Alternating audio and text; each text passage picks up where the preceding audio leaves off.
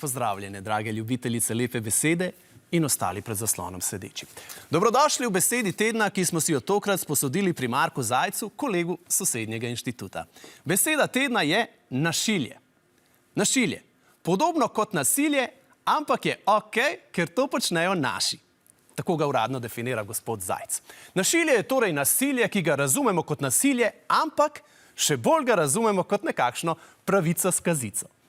Seveda našilje se nanaša na sprejemanje novice o fizičnem napadu na Niko Kovač z inštituta 8. marec, ko je marsikateri komentator dogodek pospremil s pojasnilom, da seveda obsoja napad, ampak kaj vse je pa ona že počela in kakšna vse nasilja do neistomislečih je zganjala v preteklih letih, sploh ne čudi, da je nekomu malček prekipelo in jo je narahlo odrinil.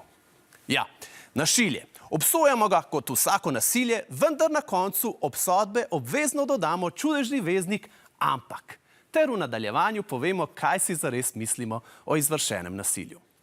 Ja, vedno, ko se zgodi nek nasilni incident, lahko opazimo pojav tako imenovanih ampaktivistov. Komentatorjev, ki bi seveda lahko samo jasno in glasno obsodili nasilje, ampak ne morejo, ker imajo vedno še nekaj za dodati.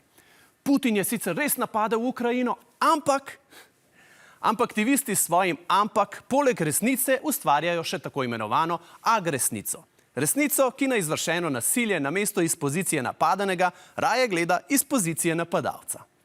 Ampaktivizem je priljubljena disciplina na spletnih forumih in socialnih omrežjih in gre z roko v roki s pojavom našilja, kar je bila naša tokratna beseda tedna. Eja, ti si že subscriber. Ja, valjda. Kdo pa še ni? Jelega. Ja pa kaj čakaš, človek? Zresni se vendar!